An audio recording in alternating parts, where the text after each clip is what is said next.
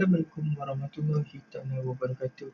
Nama saya Muhammad HAKIMI bin Muhammad SYUKOR, 23 DM 21 F1011. Tajuk pembincangan kami pada hari ini adalah Workplace Environment and Ergonomics di bawah DUW10022, Occupational Safety and Health for Engineering. Sebelum itu, apakah itu ergonomik?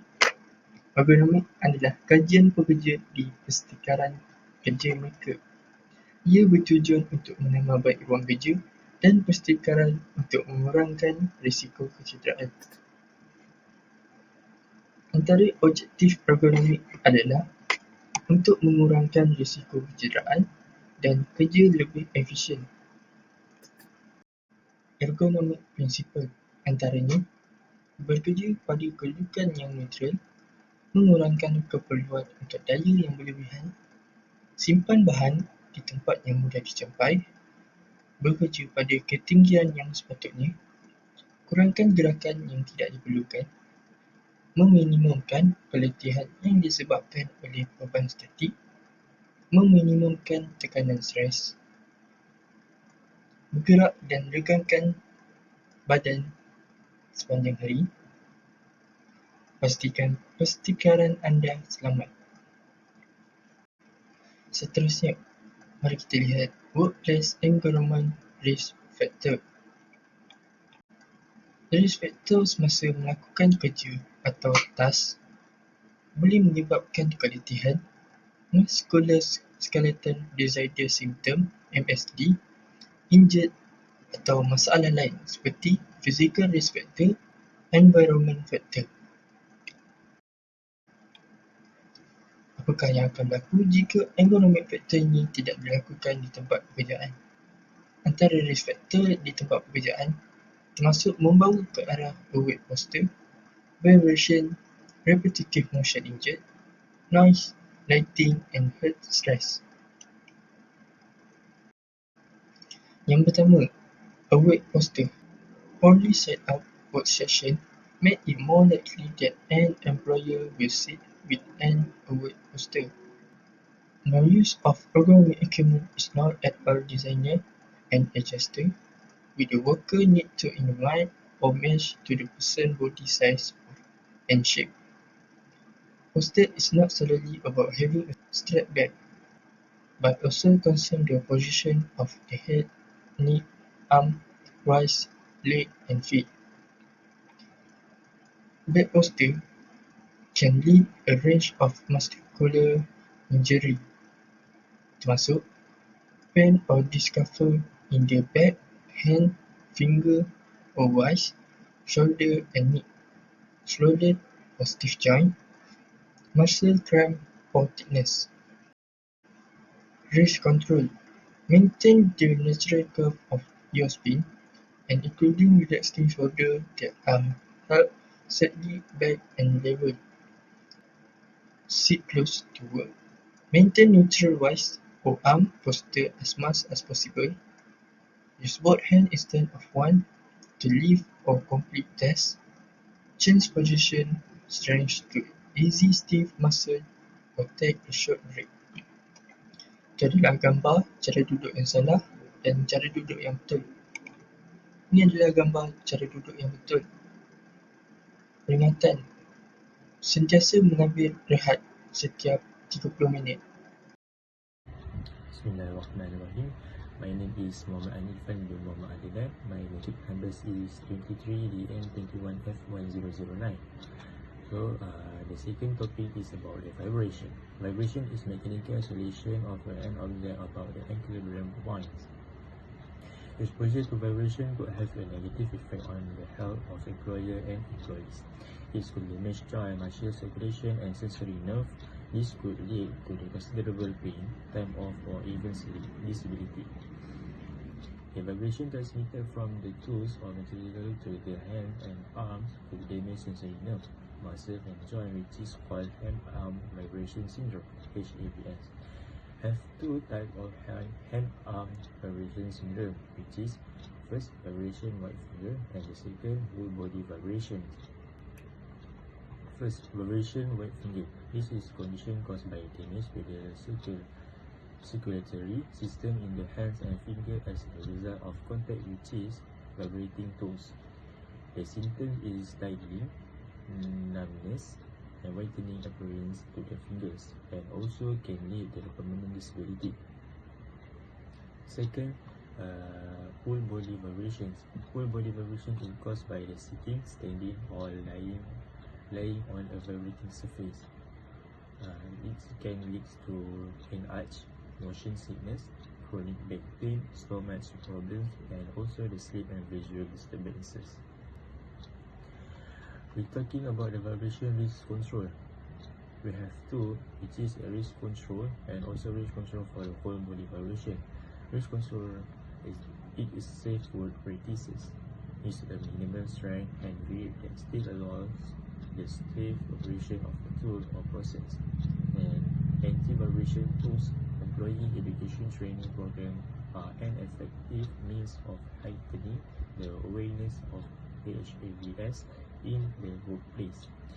And second, risk control whole body vibration is to limit the time spent by worker on a vibrating surface. Ensure that the equipment is well maintained to avoid exercise vibration. And last but not least, mechanically isolate the vibrating source or surface to reduce exposure. This is our example. And the third point is talking about the repetitive motion injury. Repetitive motion injury, we call it RMI, is an injury associated with performing a single task repeatedly. It may be either temporary or permanent and involve damage to muscles, nerve, or tendons.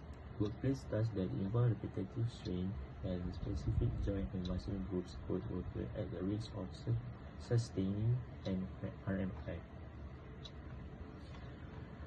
The second is repetitive motion injury can lead to carpal tunnel syndrome, tendinitis, rotator cuff injury in the shoulder, and epicondylitis in the elbow, and muscle strain and lower back injuries. Repetitive motion injury risk control. We control and adjust your workstation to promote good posture and comfort. And constantly reassessing workplace processes to ensure that employees perform tasks in a way that minimizes the potential for repetitive motion injuries. Encouraging yearly reporting of musculoskeletal injury symptoms. Use the ergonomics. This is our example, trigger finger, and the causes of trigger finger, and also the prevention and exercise. Take a mini breaks when tackling a major task. And the fourth point is talking about the noise. Sound is a sensation of acoustic with disturbance or pressure fluctuation set up in a medium. Unpleasant, unwanted, disturbing sound is generally treated as a noise and is a highly subjective feeling. Noise can lead to the noise. First is tinnitus. Tinnitus is ringing in the ears. Tinnitus can be a very distressing condition and can lead to disturbed sleep and affected speech. The second point is noise-induced hearing loss. Noise-inducing hearing loss occurs because exercise noise damages the hearing mechanism of the inner ear. Number 3 is occupational stress. Persistent noise in the work environment can be stresses even at quite low levels. And 4, making it harder for workers to hear and understand instruction correctly. Noise risk control. Risk control. Number 1, prevent unnecessary exposure. Rescheduling of noisy operation, education or awareness, safe work practice. Number 2, reduce exposure time. This is job rotation. And number 3, minimize number of employees exposed to high noise level. Number 4 is hearing protection device. First, attenuation process of reducing noise to acceptable levels, and NRR, a noise reduction rating. Earplugs and mouth are with an NRR. NRR marked on the package. NRR is a measure of how much noise is filtered out. Lighting can affect the task employees are doing, whether it's using a computer, reading paper document, and so on. Different type of work require different levels of light. Unsuitable lighting can hinder performance and productivity, and even be determined to people's health, especially people's eyesight. Work is unstable lighting make people doing work in uncomfortable, and it can make eye glare because of reflecting of monitor and display screen. Lighting can lead to eye strain, fatigue, headache, stress, glare. Too much light for the need can cause accidents. Lighting risk control. Add more light fixtures to appropriate place. Use smart lighting. Do not position the workstation with the light fixture directly behind the worker. Replace bulbs on a regular schedule. Large office window. Surface reflectance of object. Ceiling 70 to 80%. Wall 50% maximum. Office equipment 50%. Windows blind 40 to 50%. Furniture 25 to 45%. Floor 25 to 45%. Direct lighting. Localized lighting where 90 to 100% of light falls on a specific area. Indirect lighting. General lighting where the light is spread across a large area which light focus. This is often done by directing the light upwards. The light is then reflected off ceiling and walls. For better concentration level at work, light color, ambience lighting, general lighting, light position, the position from above or natural light, light distance, the distance 20 to 50 or 10 to 20. Heat stress includes a series of conditions where the body is under stress from overheating.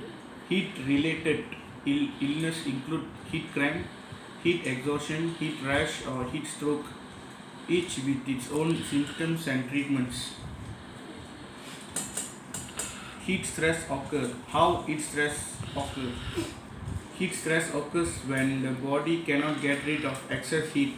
Body's core temperature rises and the heart rate increases. The person begins to lose concentration and has difficulty focusing on tasks, may become irritable or sick, and often loses their desire to drink. The factors that contribute to heat stress are high air temperature, radiant heat sources, high humidity, direct physical contact with hot object, and strenuous physical activities. Using engineering solution. Heat stress risk control using engineering solution. Using the air conditioning or fan, change the process or use a barrier that reduce exposure to radiant and heat. Prevent dehydration by providing cool water in the workplace, and also encouraging workers to drink it frequently during and after working. Provide specialized personal protective clothing. Provide training for your workers, telling them about the risk of heat stress associated with their work, what symptoms to look out for, safe working practices and emergency procedures. Heat exhaustion, faint or dizzy, excessive sweating, cool, pale, clammy skin, nausea or vomiting, rapid weak pulse, muscle cramp. Heat stroke, throbbing headache, nose sweating, body temperature above 103 degree heat, red hot dry skin, nausea or vomiting, rapid strong pulse, may lose consciousness. Thank you for listening.